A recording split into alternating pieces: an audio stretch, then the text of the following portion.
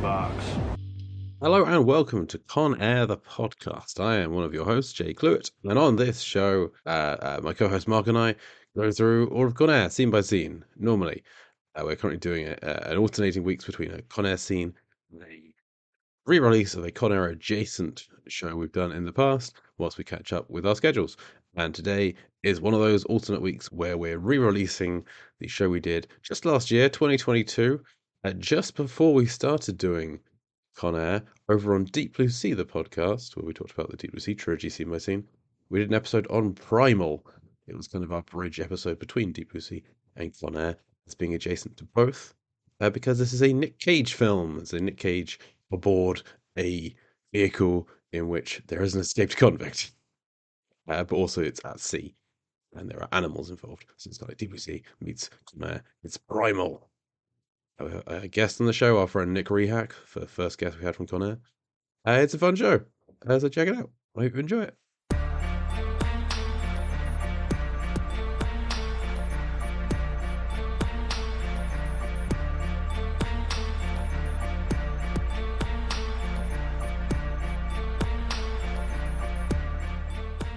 Hello and welcome to Deep Blue Sea, the podcast. I am Mark Diego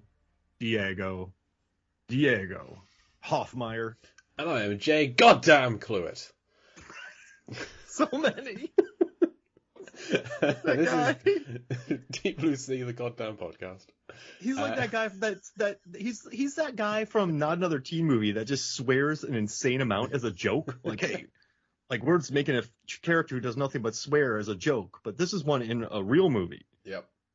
Such a mean character. Anyway, so we're talking about Primal, the movie with the mean character in it. What is Primal? Oh, sorry. No, screw me all up, Mark. This is Deep Blue Sea, the podcast, where we talk about Deep Blue Sea adjacent films. We previously covered the whole Deep Blue Sea trilogy, one chapter at a time. Now looking at Deep Blue Sea adjacent films, that is films directed by Rennie Harlin, featuring sharks, or lots of aquatic action, which is the case today with Primal. What is Primal? It is a 2019 film directed by Nick Powell, written by Richard Leder, starring Nicolas Cage, Famke Janssen, Kevin Durand, LaMonica Garrett, Jeremy Nazario, and Michael Imperioli, and it's about a big game hunter, Nick Cage, Frank Walsh. He's caught a white jag, a very rare white jag, and a bunch of other animals. He's taken them from Brazil to the United States, and sharing the boat is a convicted killer, criminal of some kind, Kevin Durand, being escorted by authorities, and wouldn't you know it, he gets out, lets the animals out, hilarity ensues. Now, this is a very special episode of Deep Blue Sea, the podcast, because this is the start of a new season of the show. We've previously been doing weekly episodes for Deep Blue Sea adjacent films. We're now moving to monthly. So it's not an exciting change, because listeners, I'm sorry, we're going to keep the podcast going, but it's going to be less frequently, because Mark and I have a second project that the day this comes out will be starting tomorrow, July 14th, Con Air, the podcast. We look at the classic Nicolas Cage escaped prisoner on a vehicle film, Con Air. So this felt like a good clashing of the Venn diagrams between Deep Blue Sea and Con Air of Primal. And whenever we start a new series, we like to bring in the same guest. A guest who once told us that it doesn't matter what film we cover, just let him know what it is and when he needs to be there, and he'll be there. And I feel like we're really testing that promise that he made. Mark, who's joining us today? Oh, it's the wonderful, it's the illustrious, it is the polo-wearing man who built a corn maze in Iowa so he could be more like Patrick Wilson. It's Nicholas Rehack. It's me, the federal clown. That's how I felt watching this movie. Just the regular Einstein. When he called him a federal clown, I thought he called him a feral clown. Which was going to be my intro for the show today, was Jay Feral Clown Clue. And then I read it, I watched it again, I was like, wait, he said federal clown. That's less funny. Diego. Wipe all the froth from your mouth, Mr. Chuckles. We're on a ship, pal. There's a some... kitchen fight in this movie with monkeys. Yeah. On a boat. On a boat. I mean, so I watched this once, and I bought it. I had to buy it because the rental was $4 and to buy it was $7. So I was like, well, whatever, let's pick it up. And I watched it the first time and I wasn't too entertained, but I started thinking about it. I started thinking about how dense the plot is, and just like this movie could have just had animals on a boat killing people, but they decided to put in 6'5" Kevin Durant, a what does he call him? A Sasquatch mother effer. Yeah, They decided to add him to this. the least subtle actor Canada's ever offered, I think. Yeah. Kevin Durant. I love Kevin Durant. He's great, but he's not. He's he doesn't play small. He gets it. And just watching, oh man. And then I started thinking about it. So then I watched it again, and then I messaged you. I was like, this is the perfect way to transition, because we have Famke Janssen from Deep Rising. Deep Rising's Famke Janssen. We have kitchen fights. We have just Nick Cage trapped on a boat with a criminal. So that's kind of like Con Air. Yeah. I mean, it is just. This isn't an accident, Mark. I picked this for a reason. It's a very sweaty pick. Good sweat work in this movie as well. I just want to say that they should have put that on the DVD thing, DVD box. Oh man, Yeah, they should have put definitely. They should have put that on there. But yeah, just I mean, little garlands around best sweat work. now, okay, quick question, guys. You are hunters, right? You've been kicked out of 8 zoos in 10 years. You're currently wearing a Henley. You got a nice hat, and you're in a tree house in a forest somewhere. In the movie, Nick Cage has a magazine, he has some nuts, and he has a cigar. What 3 items would you take with you? Like, so you got to have a food, a magazine, and a vice. Like, what would be your 3 that you take with you into that treehouse to wait for the mythical jaguar? Okay. So food, it's got to be something that lasts. It's got to be something kind of that's not terrible for you. You don't want to be getting all like gastroenteritis on it, on the animals you're trying to catch. Very good points. Very good. They would be downwind of you and mistakes. Can I tell you mine while you guys are struggling? Please do. Yes. All right. So I was trying to think of food that doesn't make you take, fart. So. I would take an Empire magazine, not just because of Nick DeSemlin and the crew. It's because you can read that thing from cover to cover. Like you can normally there's a crossword puzzle in there. Yeah. So I mean, there's things in there to keep you busy. I used to buy it and just read it cover to cover, so that's great. Then I would take as my food. I would take some trail mix. Some good stuff, get some nuts, some chocolates, some dried fruits. Can't go wrong with that. I say I would eat them one at a time, but I just eat them all at once, and then they're gone. And I'm like, man, I planned terribly. And my vice, I would just take a big old espresso machine up there with me, scare every jaguar away for 300 miles. But I would have nice espresso up there with me while I was doing that. So that would be my vice. So coffee, trail mix, and Empire magazine. Okay, I'm taking the book of Les Miserables. Because it's like 1,000 pages long. I'm only 100 pages in. I need some motivation to finish reading that book. I started it 6 months ago.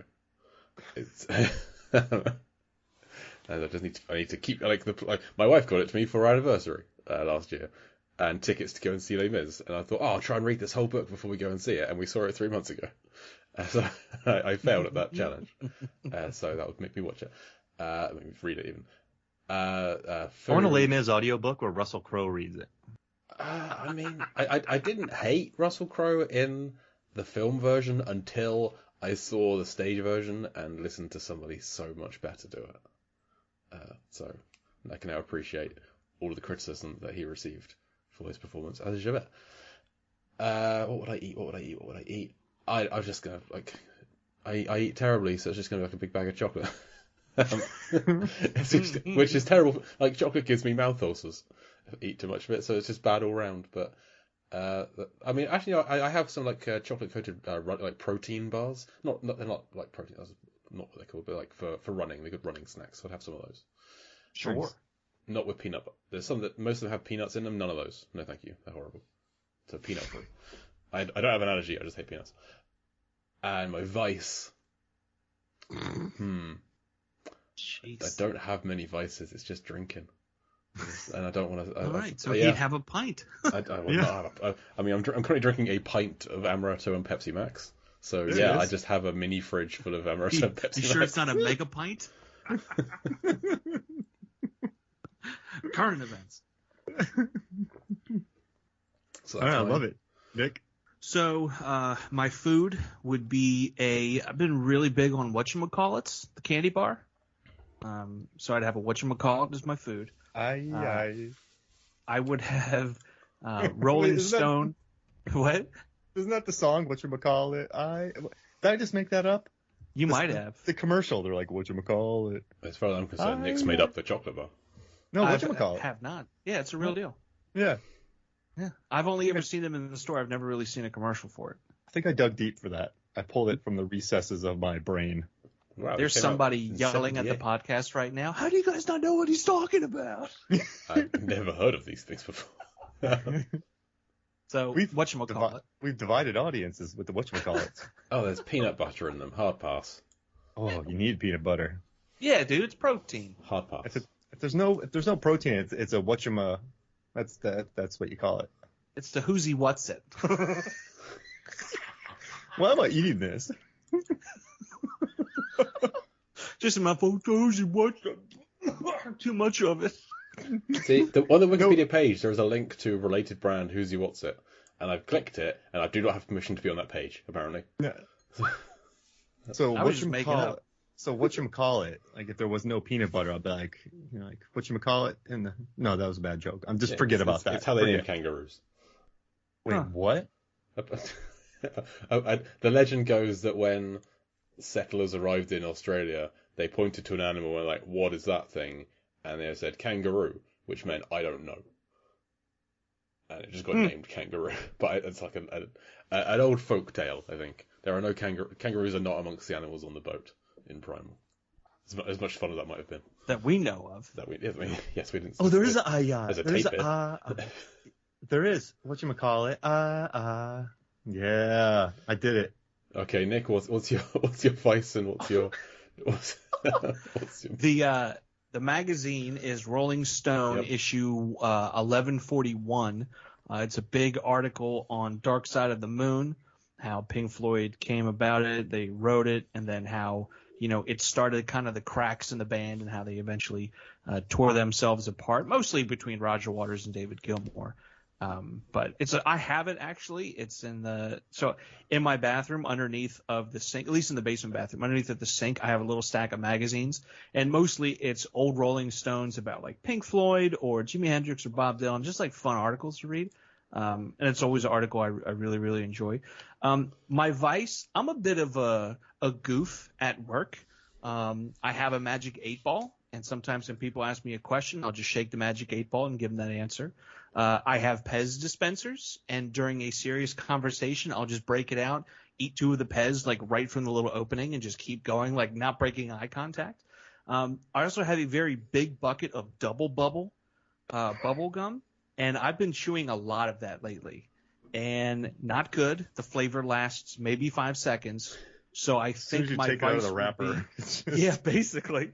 My vice would be double bubble, because I'm literally going like 2-3 pieces at a time. Not good. It's literally your whole mouth is gum and your jaw hurts after a while, but I can't stop chewing it. I didn't get a bag. I got the bucket. I got like a 3-pound super fresh bucket, and no one believes me when I pull out double bubble, and then they see the bucket and they're like, "What is wrong with you?" And I'm like, "What's wrong with you for not liking double bubble?" Oh, that's amazing. You have like a tennis ball sized glob. Just basically. So if you could have a Pez dispenser of Nick Cage, what film is it going to be from?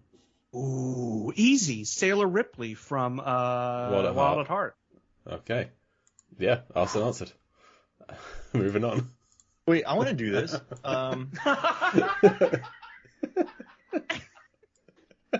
Well, it's got to be Con Air because of the hair. Yeah, yeah. It's just a long flowing hair. I can't believe I just said I want to do this.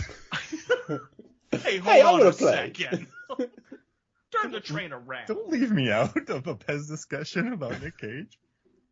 For those wondering, I currently have a Mandalorian Pez, a Baby Yoda Pez, which is half the size of a Mandalorian Pez, and a Pizza Pez. It's a red Pez dispenser with a little pizza slice on top. Wow. Okay. I'm thinking of the Spider-Man, Spider-Verse, Spider-Man Noir. Ooh. For me, I think.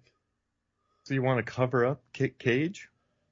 I mean, I'm not sure how well. It's been a long time since I've seen a Pez dispenser. I'm not sure how well his features would work scaled down to Pez size. I don't know what the definition is like on Pez dispensers these days.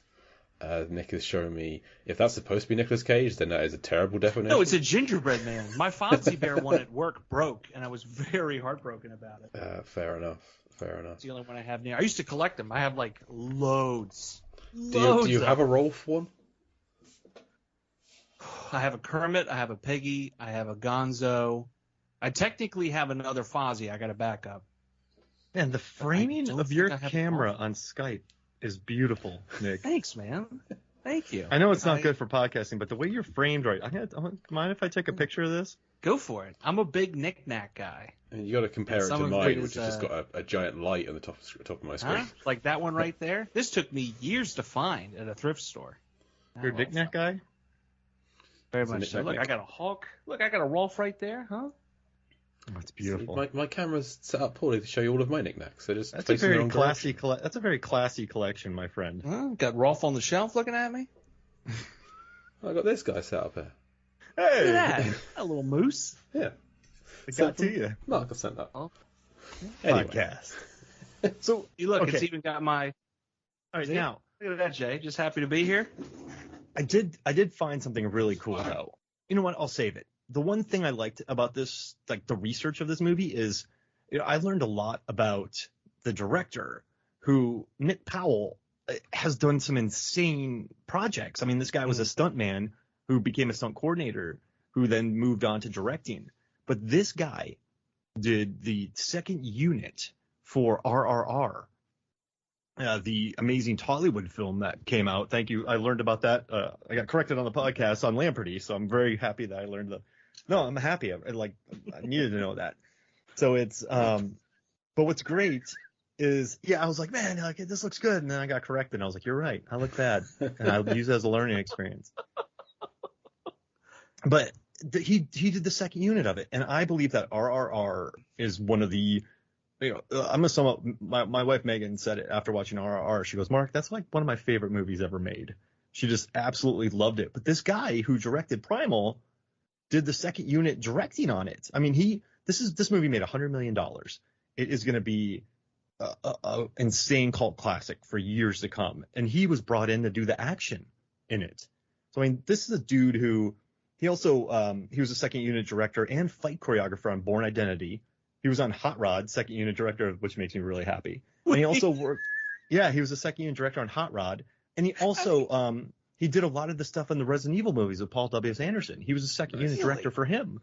So like, this guy, I mean, he also worked on Batman. He worked on Robin Hood, Prince of Thieves. He was one of the dudes running around with a bow and arrow and everything during the battle scenes. Like this guy, he was on Braveheart, Judge Dredd. Yeah, GoldenEye he worked on. I mean, he's done a ton of TV, but just gigantic movies. And then he moves up and he starts working as a coordinator. I mean, this guy, he set up the fight. I just can't believe he did the fights in Bourne Identity. So the fights you watch. And 28 days later, he was a stunt coordinator. Last Samurai, the sword fights, he helped, he was a choreographer for those sword fights in The Last Samurai, which looked great. This dude is big business, actually. It's pretty cool knowing that. And then so to watch this movie.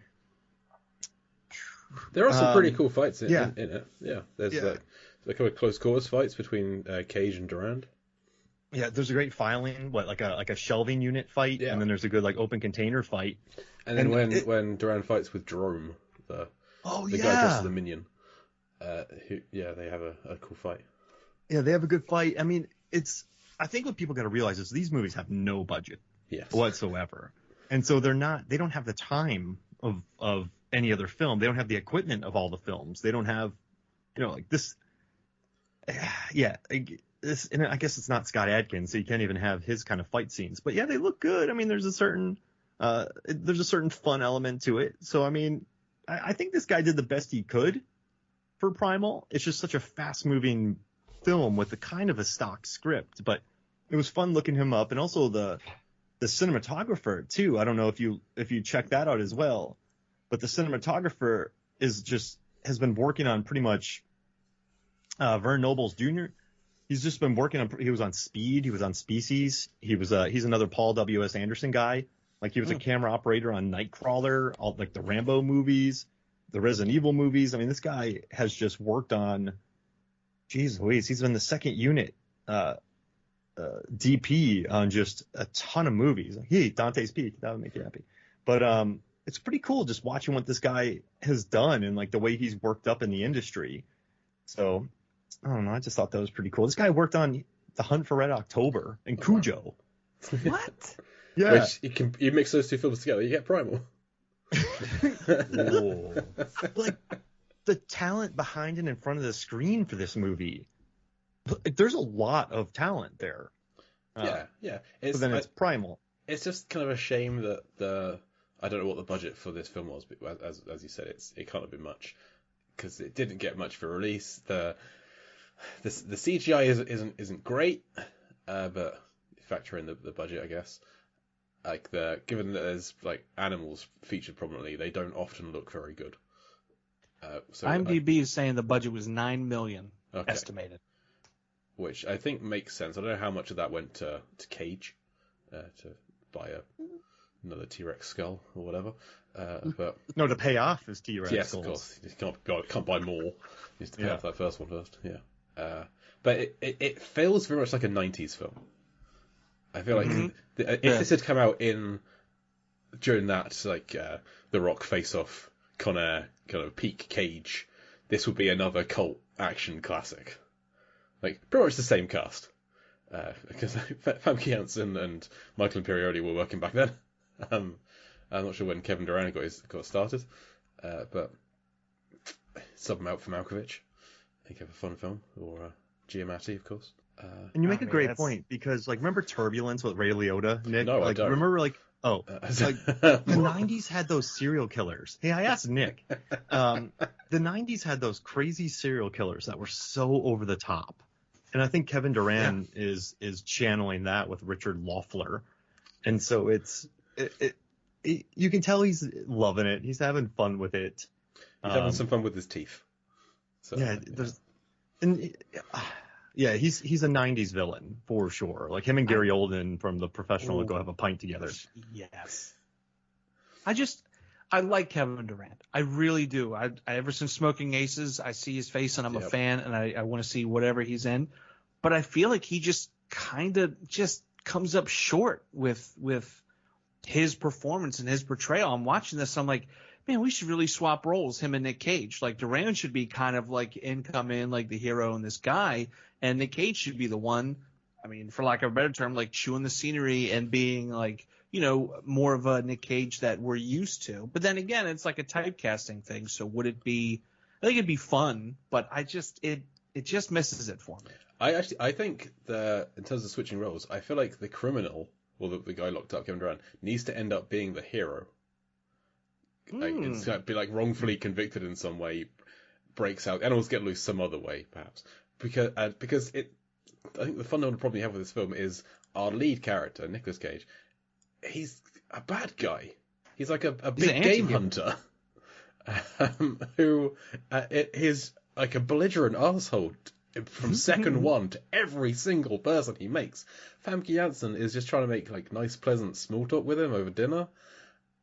And he's like flipping the bird at Michael Imperioli and just being a complete twat straight away to everyone. That's like when he's at the village before he leaves. It's the one scene that kind of bummed me out is he's getting ready to leave and he takes his wrapper and just throws it on the ground. And immediately in my head, I'm like, I hope someone from the crew picked that up after the scene was filmed.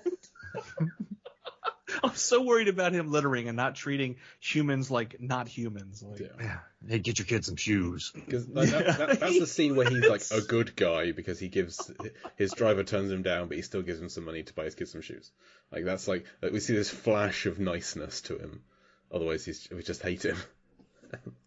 And you make a great point too, because there's a scene at the end when we learn that Richard Loeffler was kind of turned by the NSA, then he was forced to be an assassin, and then he went too deep, and he probably lost his mind working for I have who he worked for, the Golden. Let's see. Let's see. Who did? I have it written down. I lose everything. It's like Crimson So like the Dawn or golden, something. yeah. And so he works for them, and I was like, is he gonna turn? Is Michael Imperioli the bad guy? But I'm like, he's already murdered about 7 people. Oh, for the Sword of God, he was a lead That's the assassin one, for the yeah. Sword of God. But like, I'm like, you can't really turn him good now because he's gone way too far past that. Just his performance. You can't turn him good just because of every acting choice he's made up to this point. Yeah, I'm a bad soldier. I've actually just checked, and this script was originally written in '95, so this should have been made then. So Really? This is this is a 95 script, Yeah. for sure. Because you just got to add more elements to it. Like, like I kind of love the 90s though. You're like, you're on a bus that's speeding, but it also has a bomb on it. Like, it's just keep adding things on top of each other. So it just makes me happy. But yeah, I mean, this kind of feels like, okay, Die Hard came out, then you had all the Die Hard copies. Somebody watched Under Siege. I'm like, okay, I want Under Siege, but I want to mix something with it. And they were also watching Jumanji at the same time, and let's just merge those two together. Yeah. And they just kept the CGI monkeys the same since the original Jumanji. wow. Just copy and paste and copy and paste. I got this script about this like big game hunter and this, like, animals get loose. Like, what am I gonna do? Like, oh, Jumanji. Oh, I got it. Cool. It's Jumanji on a boat. Yeah. Hey, you know David Allen Greer, right? Yeah. So ask him how I was working with the monkeys. Like, baby. Did you see him react to that alligator? Gold. David Allen He was Greer. just a tennis ball and a stick. We got plenty of those. He is the best movie yeller of all time, David Allen Greer. No one yells better than David Allen Greer. Yeah. I'm saying it. He's a scream king. I'm struggling to think of something better. I mean, listen, any movie with Nick Cage shooting monkeys inside of a kitchen with a blow dart is cool with me. Yeah. It's like if there's treasure in a movie, I automatically give it a B. It could be the worst movie ever made, B. I'm dead serious. He is. So it's happened before. Then I give it a B. Cutthroat Island. Yeah, B. Just give it a B. Treasure Island. They're hunting for treasure. B. Sahara, disliked it. B. So I think seeing Nick Cage shoot blow darts at Kevin Durant and have Kevin Durant go, "Did I kill you? Because I really want to fight you."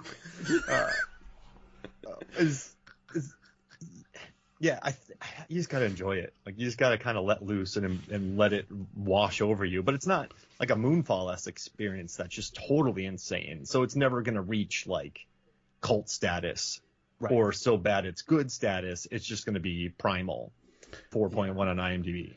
It's not like it had some crazy twist where he works for the CIA, but he's been like experimented on, and he could actually like turn into a werewolf, and that's where the Primal comes from. And all of a sudden, he like becomes a werewolf during the last fight scene. Could you imagine? That would automatically make it a cult film. Make it a cult film. Man. And then Kevin Durant looks at him and goes, "I can do that too." And then he turns into a werewolf. or Frankenstein. Yeah, and then you just, I'm here. Like Famke Janssen turns invisible. I think we're onto something. This is that dark universe they tried to do. Yeah. But Dark universe on a boat. You know what's tough? The toughest thing about this movie is that it was released in 2019. Mm-hmm. So I kind of feel like at this point, Cage had some momentum going for him, because like, let's say this movie was released in, let's say 2015, 2016. That's like coming off of Outcast, Left Behind, Dying of Light, The Runner, Pay to Ghost, The Trust, Dog Eat Dog, Snowden, USS Indianapolis. You'd have been like, okay, fine. Like, it's just part of his run that he's currently on. But then he starts doing Mom and Dad in 2017, which is really good. Then he does Mandy in 2018. Yeah, and then he moves on to Teen Titans. Then he's in Spider-Verse.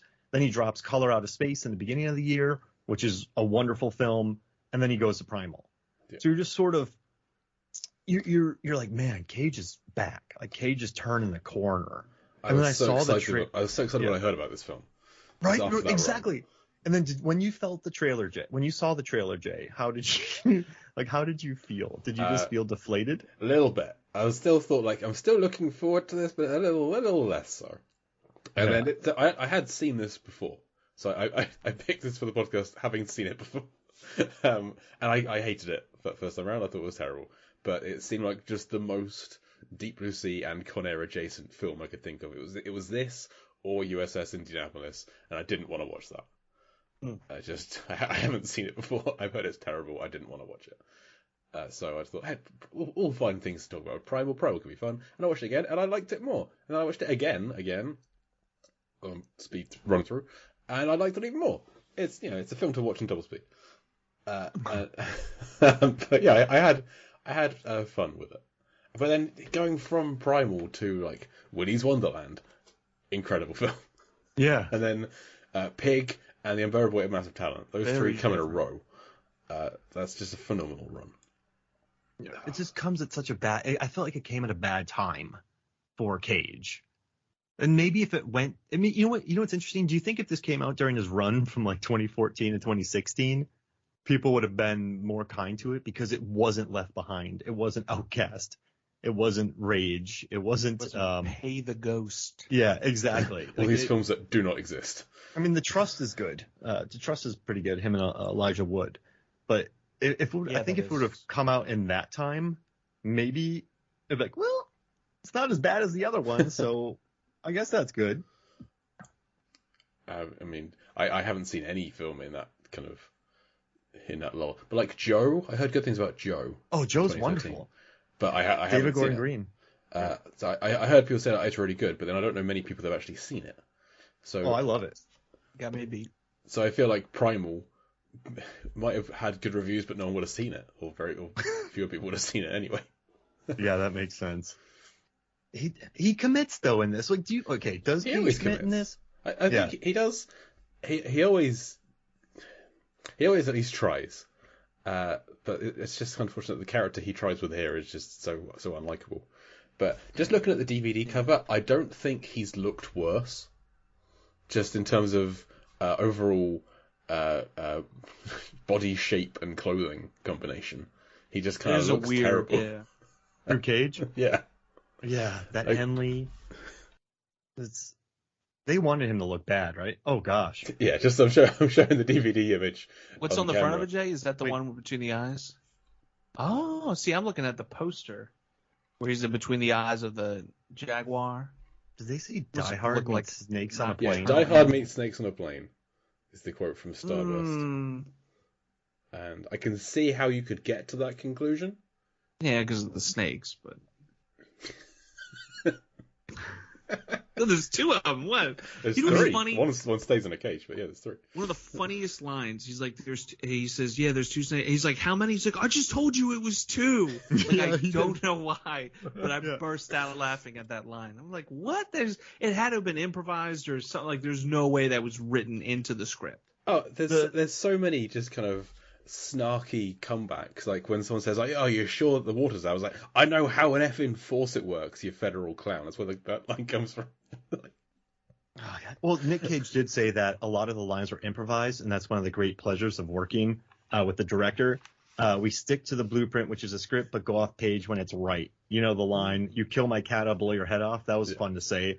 The line, "Great pandas in the San Diego Zoo," all that stuff comes out of the comfortable relationships I have with the director. So I've been at sea 60 years, you for brains moron. Yeah. That's one I'm going to have to bleep. So. But it's and then you have the guy who's constantly saying like, gosh darn it, and like just swearing all over the place, and every other word. You just have him yelling that he feels like another movie entirely. Yeah, and also he really does. And he's got his like assistant Jerome. There's a whole backstory for Jerome. He's like, he was in trouble with the law, couldn't find a white policeman to believe him, so I just took him on board the ship, and he lives with me now. I was like, what is this for? Like, this guy's gonna die in 10 minutes. He was about to fight a Sasquatch, and you know what happens when that happens. Dude, there's this scene where there's birds getting slaughtered. Yeah, there's the Fish Could Wander scene with birds instead of fish, yeah. This murdering birds. And I felt bad for Nick Cage when Duran was choking him with the rope when he's in the cage. Yeah. Because Duran and Nick were going for it. So poor Cage was just getting leveled by this guy. So do you think he actually shot the birds too to keep it like realistic? Or? Method, yeah. One of the few animals that are real in this film, so yeah. Yeah, they definitely got to. Didn't you read the disclaimer on the bottom? Like I didn't 8 see birds one. were blown up in the making of this film. Phew. All feathers were kept. Not PETA friendly. No. Well, I mean, maybe they're just jerk birds. I mean, That could be. all birds are jerks, really, aren't they? You ever had a nice bird? You ever met a bird like, yeah, this guy's my friend? No. I've been attacked by a bird before. Hey, see, point proven. I want to be friends with Canadian geese though. I kind of want to adopt a Canadian couple. geese ain't bad. Yeah. Yeah, I would love My- some living in my backyard. My adopted penguin Chuck, he's a good boy. you Chuck's know? great. I mean, of course, apart from Chuck. Remember when Chuck and I course, went to apart the from brewery together? It was such a good time. He's just swimming around that big vat of beer. He was. He was doing his little tail wiggle. He was doing the backstroke. I didn't know penguins could do the backstroke. Yeah, well, get enough lager in them. Just circling around the bright tank. I'll start using beer terminology. Don't make me. Double dry hop, double penguin IPA. I'll talk about wort. Hey, can you give us a tour through the boat? Can you do that real quick, Nick, for us? The boat? Yeah, that they were on in this movie. Can you give us a tour? Absolutely. So you got the front of the boat, right, or the bow. Thank you. Then you go through about the center of the boat, or we call mid-boat. Yeah, And midships. then when you midships. when you get to the back, the stern, you know what I mean? Some people like to say aft, and I'd tell them no. You have the port side, you have the starboard side. Now they call the starboard side because that's where you would look at the stars back then to figure out where you were. Then if you go downstairs, you got the main stairs, you have the side stairs. There's so many different stairs. I could spend another 5 minutes listing them all. I was wondering if you could give us a tour of this specific boat rather than just any boat. Ooh. So here's the thing about this Wait, can you boat. tell me where the Switlick can be found? And also, what is the Switlick? Next, I was going to say next to the kitchen, but They say the galley. Switlick. The galley, thank you. It's like they say Switlick so many times. And in they this movie. never Get the explain Switlick. what the Switlick is. Where's the Switlick at? It's next to the room with no water. What I don't understand is, after a while, it felt like there were more rooms. There were more rooms on this boat than I think there was space on the boat. Right? Like, doesn't it feel like after a while they never go? It felt to me like they never went in the same room twice. Or there's a scene when he's first discovering that there's no water, and you got what's his face going through like the tunnel. Almost looks like he's in an alley. It doesn't even look like he's on a boat, or I guess a ship at this point. But it's it looks like it's so much, and I'm like, where are we? Well, they do keep going back to that one safe room where once the captain gets with all the bitten by the birds and snake. everything. Yeah, but- well, no, not that one. The one where they're all they're hidden away when the captain gets bitten by the snake. They take him back there. They keep on yeah. teleporting back there. There's so many scenes where there's somewhere else, and then immediately cut to everyone's back in that room, and then cut to everyone's around the ship somewhere else again. So I think And that's the smash set cut. they had the most. Then there's a star wipe. People don't do that enough. There's not enough fades or wipes or anything like that. It's just like cut. There is Ski doctors will there is have that. one amazing cut in this film where the camera zooms into Oh a red no! light. Don't say it. And then Jay. it goes up and to the right was this bright red light, and then it comes away, and it's in a different corridor with the same light. When you said that, I knew exactly what you were talking about. And if you have that 18 times in the Such a movie, if choice. it's a stylistic film, but they just did it once. On set, they're like, what'll be cool? Watch this, Hank. And then they just do it. People gonna love it. The cinematographer's like, guys, I got an idea. I'm like, go for it. Yeah. We're improvising. We've got this light and this other light that's the same. I Hey, go man, right this there. ain't now. Who cinema. wants It's the camera? jazz. It's about the scenes you don't show. Get that crafty guy. Get him on the camera. Dun-dun-dun-dun-dun-dun-dun. Dun-dun-dun-dun-dun-dun-dun. Jay, I like that Dun-dun-dun. more than it deserved.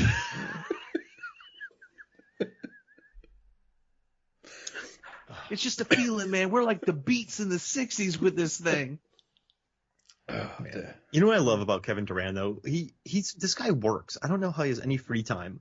You look in his movies, there's constant films, and then all of a sudden he's in 6 episodes of Vikings, and then he pops up to 46 episodes of The Strain, and then he's in 10 episodes of Swamp Thing. The guy just does not stop. He's in 7 episodes of Ballers. Well, he and Rock were together in Walking Tall. But I mean, this guy, I love how he just works, and he's always the bad guy. He was a bad guy in Noah. Lost. I first saw him in Lost. where he's Oh, one of yeah. the mercenaries. He's in 11 episodes, but he's got quite a small role. But as soon as I first saw him, I was like, that's a face I'm gonna remember. And ever since then I've always kind of like looked out for him and things, and he's always at least good. Like he's in X-Men Origins Wolverine is awful. That's because this is what it is. But he's like good. It's where I find out like Mark worked on it. I tend to feel after I say if something is terrible, like Mark. If I worked on it, I No, worked on Devil's I say Knot. like I didn't like something, and then it's like, oh, I was an extra on that film. I worked on Devil's Knot with him. He was in Atlanta for that, and the guy. Very rarely are actors as big as you'd think. I remember Liam Neeson shocked me a little bit on Anchorman 2, but then this guy, well, like he's like he's taller than me. I'm 6'3", but he was like big. He was like wide. He was like a door. That makes sense. Yeah. I remember looking at him. He gave me this like crazy smile, and I'm like, "That's a big dude." I'm surprised I didn't say that out loud. Hey, man. Like, man, that's a big dude. What's going on, Like, man? I almost Deuce Bigelow'd him. That kneels down and ruffles your head, kind of thing. Yeah, no, but like, you don't really see good job today. You never really see that in film or Hollywood, like people that big. But I'm like, this is a big guy. Like, no wonder he's not in too many movies because he would just dwarf, like I guess other people in there. But I did see, that was my one memory. I had to load people into a courthouse. We had to get them across the street, which was harder than you think. Getting people across the street, like people just lose their minds on film sets. Oh, I can just walk. No, there's a semi coming through set. Yeah, just walk in front of that. Yeah, cool, awesome, yeah, great. It's jazz, man. We're just making it up as we go, baby. Feel it. But yeah, Drums. Drums. Where's Ryan Gosling? Never plays the snare the toms, just the hi-hat. Yeah, Ryan Gosling and Rachel McAdams are so good and so good in La La Land.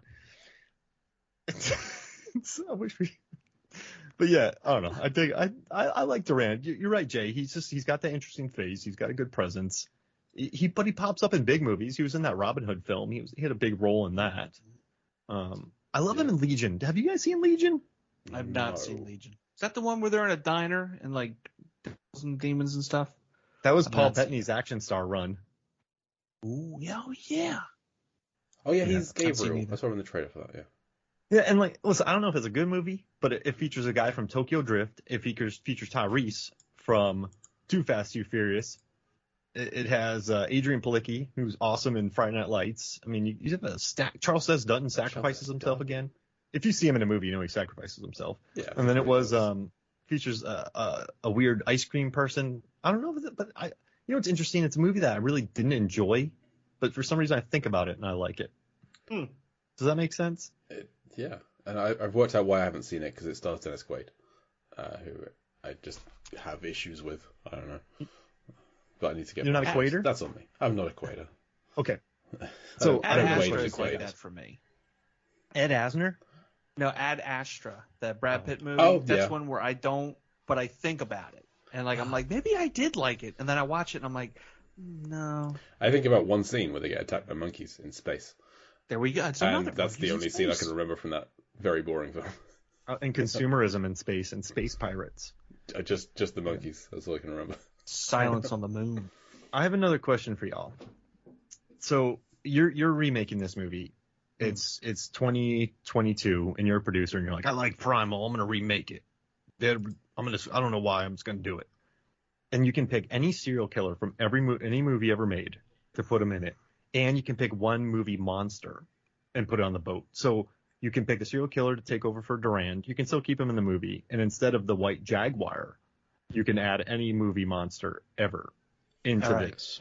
Because it's fresh in my mind, where I'm going to swap out the serial killer and I'm going to put Brian Cox as Hannibal Lecter from Manhunter in here. Yep. Because I think he would just like, let me carry these scenes. And then for the monster, Scream Bear from Annihilation. Oh, hell yes. Yes.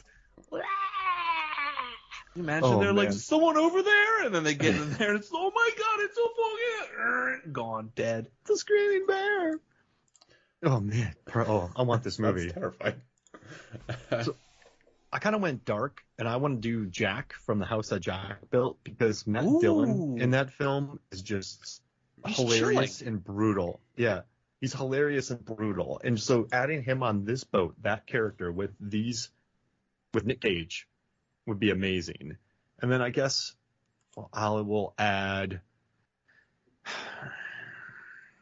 You know what? I'm gonna do Cthulhu from Deep Rising Yep. because Okay. I want to see Nick Cage capturing Cthulhu. Wait, so Nick Cage captures the screaming bear pig Yeah, dude. Well, he tries. No, he gets them. in the beginning? He gets them. Yeah. So You got to figure out. I don't think it's a blow dart. I think it's something else. He's got to Hey, Nick- trick him into a box or something. Nick, you captured Cthulhu? Got him Get in a away from bottle me, you in my federal, pocket. federal turd. Listen to me, you taxpayer-funded silly Sally. Why don't So you go yours ride the a PG seesaw remake? by yourself? I love this. I love the double insults in this movie. Some guy calls him a scumbag POS as well. So it's like, let's add two. Jay, who's your killer and who's your monster? I was originally thinking Anton Chekhov, my killer, but I'm now going to go for a different Coen brothers. I'm going to go for Charlie Meadows, John Goodman in Barton Fink. Ooh, Spoiler okay. for Barton Fink. Okay. Raising Arizona Yeah, reunion. that works too. Because I mean, John Goodman's just one of the best, and he's such a likable guy playing a serial. He's a guy who's not always playing a villain, but he's so great when he's playing a villain. And for my monster, I really liked Kong Skull Island more than I think I should have done. I don't know what it is about it. I'm not picking Kong. I don't know. I thought it was great, but it's not a perfect film, but I had fun with it. So I'm just gonna. I don't need to second guess this. I liked it. That's all I need to say. It's great. But I'm not going to pick Kong. I'm not going to pick the skull things. I'm picking that giant bamboo spider. Oh yeah. That just kind of walks through and impales a guy throat down. Like just goes through him. I love that scene. That's incredible. That's my monster. Here's the thing about that. Cthulhu, you could have its tentacles going throughout the ship, right? What's the spider doing? Is it just stomping through the ship and it sinks? And I don't mean to tear apart your answer, but in my head, I'm like, how is the spider getting... Unless it gives birth to baby spiders because they kill it by mistake. There we go. Little bamboo spiders. Going around all of the ducts of the boat. They're everywhere. Going through all the pipes and everything. Yeah. Oh, gosh. There's someone sleeping. The bamboo spider walked on a person's eyeball. Oh, it walks away and takes the eyeball with it. Oh. That'd be like a terrifying, gory Home Alone. Yeah. So like a Home Alone. That's a beauty. So it's like Deep Blue Sea too. Screams. Yeah. But yeah, the baby shark. Yeah. Yeah. Joy swims. Joy swims. Yeah. I want Nick Cage to yell Joy Scampers. Joy Scampers. It's Deep Blue Sea too, but with Nick Cage. And I want this movie. I mean, I feel like that's a way we can relaunch the franchise if we're getting Nick Cage to be in a Deep Blue film. And John Goodman was in Kong Skull Island too. I mean, everyone was in it. Well, yes, he was. Yeah, no, he wasn't. That was John C. Reilly, but no, he was in there as well. There's like 20 people in there. Can we talk about that scene where, for no reason, Tom Hiddleston puts on a gas mask and slices his way through a field of poison gas? I mean, what do you mean for no reason? It looked cool. I was going to say, it's going to be with this. I think my character would do this. I don't think he would, Tom. Let's just try it. See you later. Turn the cameras on. I'm running. Hey, what is this? What story function does this serve? Shut Shut your face. I'm Tom Hiddleston. That's what it serves. Look how this t-shirt looks on me. So, sorry, Jay, I cut you off. I mean, I was done. Yeah.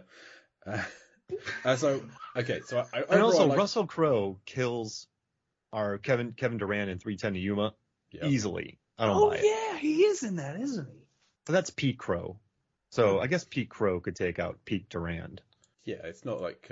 Well, I mean, I feel like if you put Kevin Durant in The Nice Guys, I feel like Russell Crowe it would be slightly more difficult, but I still would say Russell Crowe's going to get him. I take him. That's not physical peak Crowe, but that's. It's like mental. Yeah. A lot of gaslighting. That's how Crow gets you now. Gaslighting. Yeah. And shoes. Leather jacket. It's a very dated reference. He's fought his way around the world. It's a phone, not a shoe. God damn it. Primal. Yes, Primal. So overall, I like the film. I didn't like the kind of tacked on romantic subplot where like he wins Famke Janssen over because they hate each other. No, she tries to be nice to him to start with. He proves that he's a terrible person, so she hates him. And then towards the end, he saves the day a little bit. but still in a really sadistic manner. Like, yeah, he bests Kevin Durant, he then tranquilizes him, strings him up, and has him eaten by a jaguar. That's a horror movie death. That's not a nice guy move.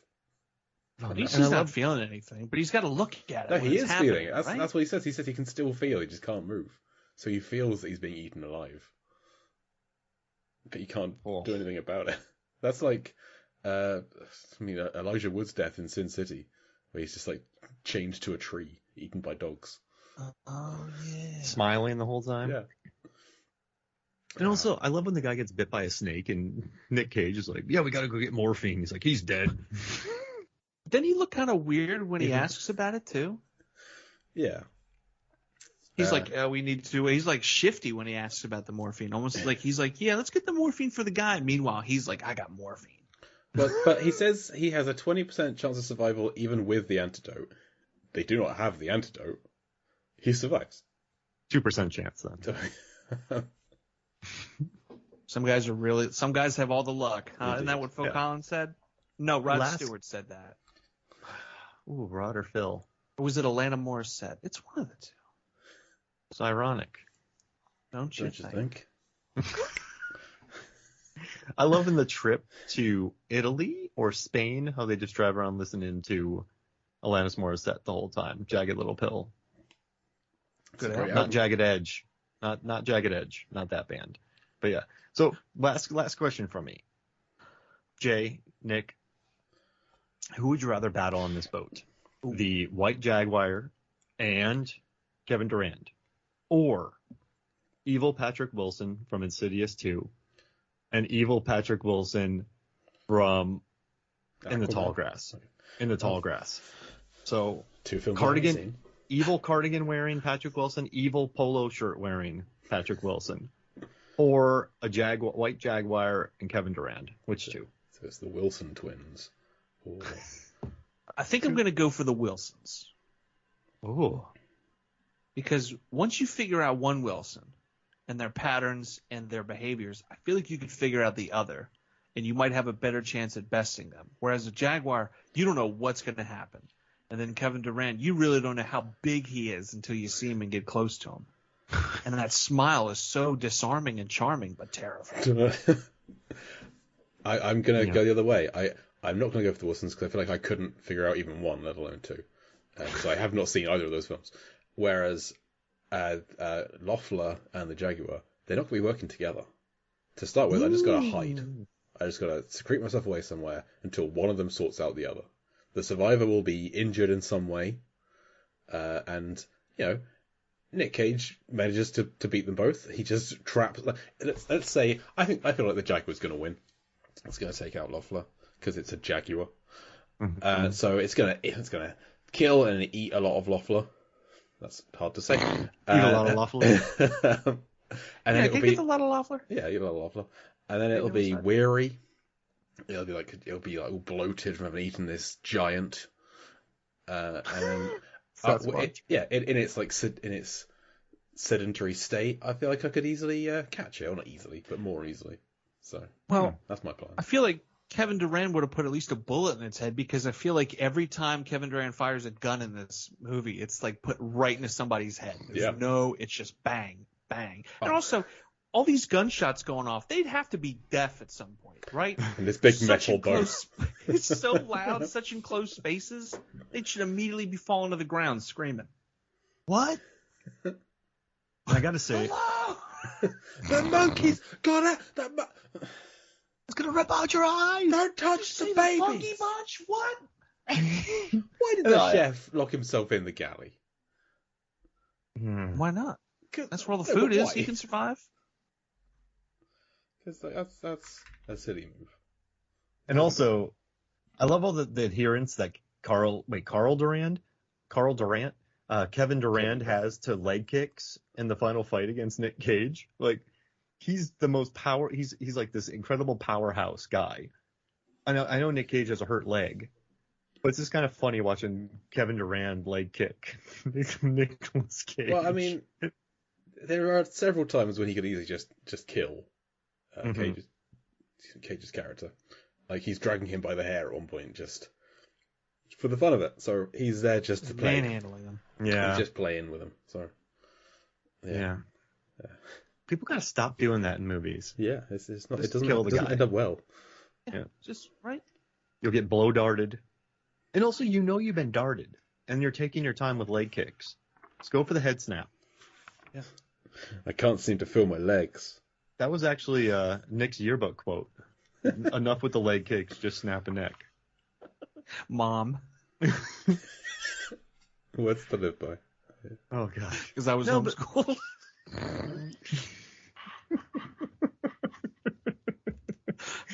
Here's my yearbook. It's a family album. Like a picture of you and like a huge 400-page book. It's like athletics. It's the War and Peace of Nick. It's like, where's Rehack at? Flip through there. Where isn't he in this book? Oh no, you would have two pictures, most likely to be on a boat with a killer white jaguar. Then you would be in there. Mm-hmm. That makes And then sense. the quote, enough with the leg kicks, Mom. Listen, leg kicks work. So, how is Primal like Deep Blue Sea? I have a list. I'm still doing this kind of thing. As an animal They're POV, beautiful. I was gonna have you do it first, but you kind of hated it when I made you do it the last time. I was just unexpected. Whenever if you want to throw me that curveball, go for it. But it's too late now. So there's animal POV. I do like that the Jaguar's vision is in black and white. I don't know if that's the case or not, but hunting animal in an opening scene, and he tranquilizes it. The hero yells at a bird eating his food. It becomes his pet bird, and it talks. There is a Sopranos cast member in this film. They die. It's set mostly at sea. There is a chef amongst the cast. There's an animal feeding scene. There's a drinking scene. A killer pretends to be incapacitated, then bites a guy's hand. Oh yeah. Yeah. I do like. And Nick Cage bites a hand too. He does, yes. Which there's no Not a hand bite. At no point does Carter bite a hand, unfortunately. But A fin. See, it's the gunshots ringing out from all the guns. Did you say a hand sandwich? No, a ham sandwich. A chef fights animals in his kitchen. The engineer character, the goddamn character, who I wrote down as Scotty. Apparently his name is Scuddy. But it sounds like Scotty, and he's an engineer, so he should be called Scotty. Anyway, he felt to me like what would have happened if Scoggins got old. Just like Rappaport should have been playing this character. They use a woman as bait at one point. They request a helicopter to offer assistance, and there are scenes lit entirely in one colour. Just like in Deep Blue Sea 2. There's like red scenes and yellow scenes. Scenes as big as your head. Indeed. Oh my. And how deep and how... I had a list of how this film was like Con Air, but it was actually quite a short list. Because there's an escapee, and they're put in a cage. Criminal boarding in chains, etc. They shoot guns. They shoot guns. Yeah. Can I guess? People are angry. How deep and how blue? Yes, but of course you can. So Deep Blue Sea is, as everyone knows, 14.5 meters or 47.5 feet deep, 31% blue. Do you reckon Primal is deeper and or bluer than Deep Blue Sea? Okay, so 8% blue and 37 feet high.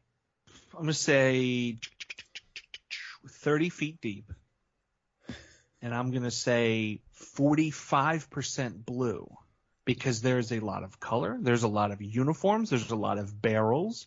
Dude's flannel is blue. No, it is 5.4% blue.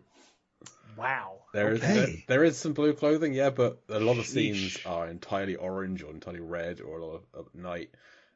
Most like when they're in the ship, it's like everything's like 2% or like little bits of clothing here and there, but not much. There's actually blue in this film. So 5.4%. Did I say 8%? You did, so you're closest. So it is bluer than Ravenous, but less blue than Deepwater. And in terms of the depth, hard to tell because they're on a boat, and I didn't get a cross section.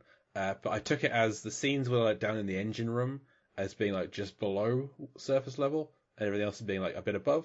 And because they're down in those rooms quite a lot, it ended up being 0.15 meters up in the air, so 15 centimeters, or half a foot up in the air. So basically on surface level means it is less deep than shark bait, but deeper than the reef. We need to unleash this list. Yeah, I mean to. Although I have made some little amendments to the list because we got Nick on the show. I was thinking, Nick was last on for Godzilla vs. Biollante, which famously our least deep film because the ending takes place in space. So it's 4,141.61 meters up in the air on average. Least deep by a long way. Then I was thinking about that. Record, baby. Well, I'm gonna maybe take that away because oh no. You know what you can consider space as being? It can be deep. You can have deep space. You can be in space. I don't like where this is going. And be deep. So I was thinking, should I take it that when you pass that atmosphere level, are you then going further depth-wise into space? That's what I'm thinking. Wait, so when you hit, once you hit... Sure. So you keep going up. Then once you hit the edge of the sky and the start of space, you then start going in depth-wise. So you start getting deeper when you go into space. So it goes up to, I think it was like 16,000 feet. I think I worked out. I Googled where the I worked out how to type it into the search bar. And so like 16,000 feet was roughly where space starts. And so everything beyond that becomes deep.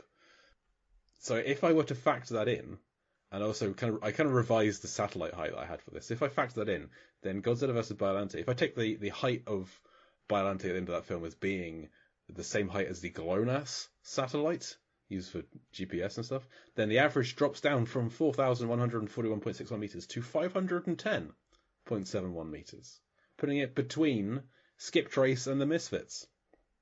Two ground-based films, apart from the bits where they're in planes. So I don't like it. You'd rather keep it up in the I'd echelons? rather keep it, yeah. Okay. Because the further away you are from the water, the further up you are, right? Yeah, I just wanted to pose this as a possibility. But if we're all happy to keep it up in space, then it can stay up in space. I just want to see what it does to the chart because it means that Cliffhanger becomes our least deep film. Oh, because that's up a mountain. But it doesn't affect the blueness at all. Can you explore the what's the word, like the subjective deepness of it? Or the how you can't explore it when it's jazz, depth. baby. The metaphorical depth of this film. Get that clarinet, brother. I mean, I would love to. I don't think I'm equipped to do so, but I can try. I'll play the clarinet. Yeah, I definitely know that. Just do a ranking though, at least, Jay. Just kind of go through and what's put the most thematically depth film that we've covered? Yeah. This is an impossible task. Yeah, because we have a lot of them. There's like 60 or so. I think there's 50 films on this list at the moment. And which one makes you cry the most? Which one makes your heart yearn?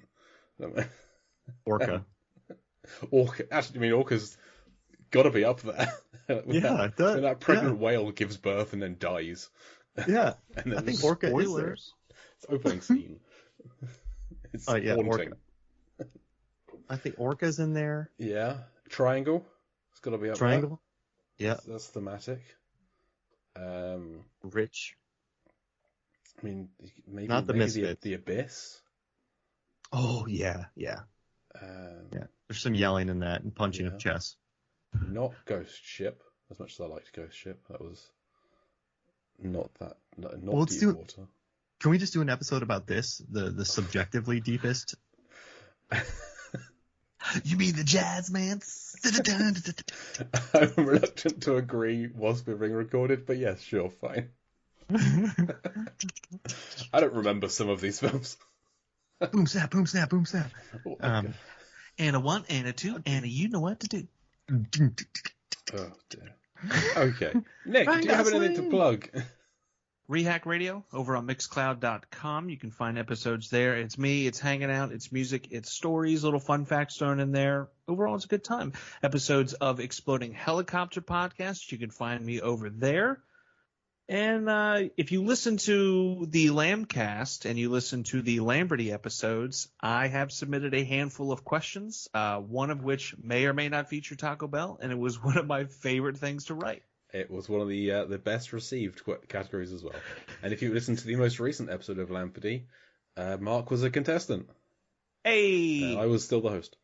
It was crazy. I got to listen to it. I wanted to, because you said you used some of my categories in there. I'm curious as to which one. You got to listen right to the end. That's all I'll say. All right. Let it ride. Yeah.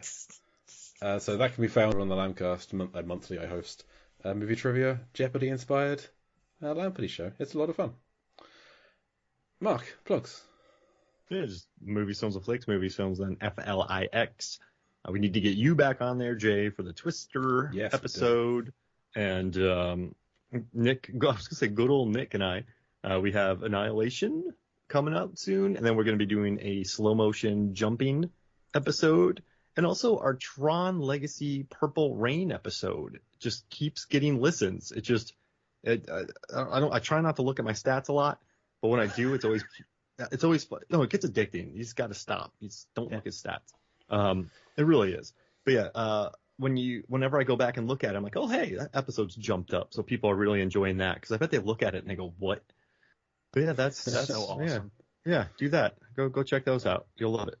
Excellent. And you can follow the podcast on Facebook, Instagram, and Twitter at Deep Blue Sea Pod. Email us, deepblueseapod@gmail.com, for any Deep Blue Sea adjacent films we haven't covered that you think we should.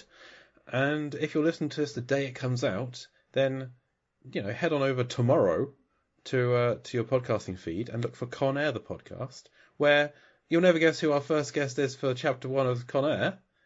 It's only Mr. Nick Riak. Hey, it's talking me. about Con Air that he'd seen for the first time. Yeah. That opening chapter with Nick Cage returning home to his wife and having a happy time. Infinite on a bit of an adventure. Yeah. So we're starting our 40 chapter journey, delving into flying the skies of Con Air. 40 chapters? 40 chapters. More chapters than there are real? on the DVD. Oh my gosh. 40? Yeah. Makes sense. I mean, I know. I figured it should be more as well, but we kind of Wait, 40 chapters?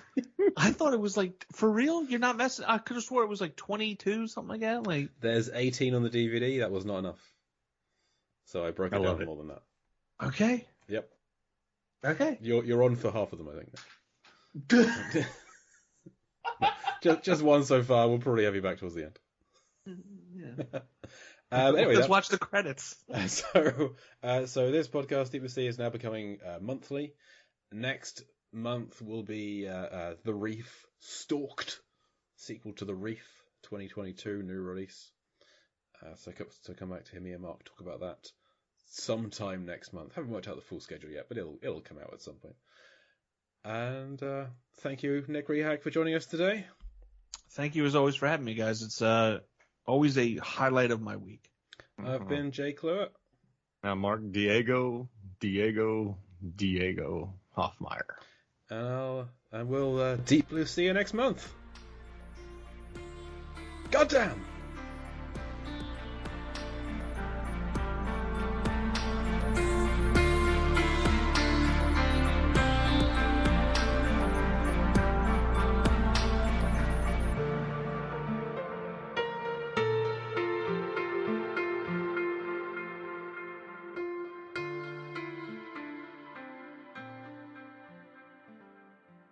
So that was our episode on Primal. In Primal, one con, not in the air. Kevin Durant's the con. He's there's not. I can't remember him like jumping or flying or anything. So I think it's just one con, not in the air. That's Primal. Next week will be another standard Con Air chapter, so come back for that one.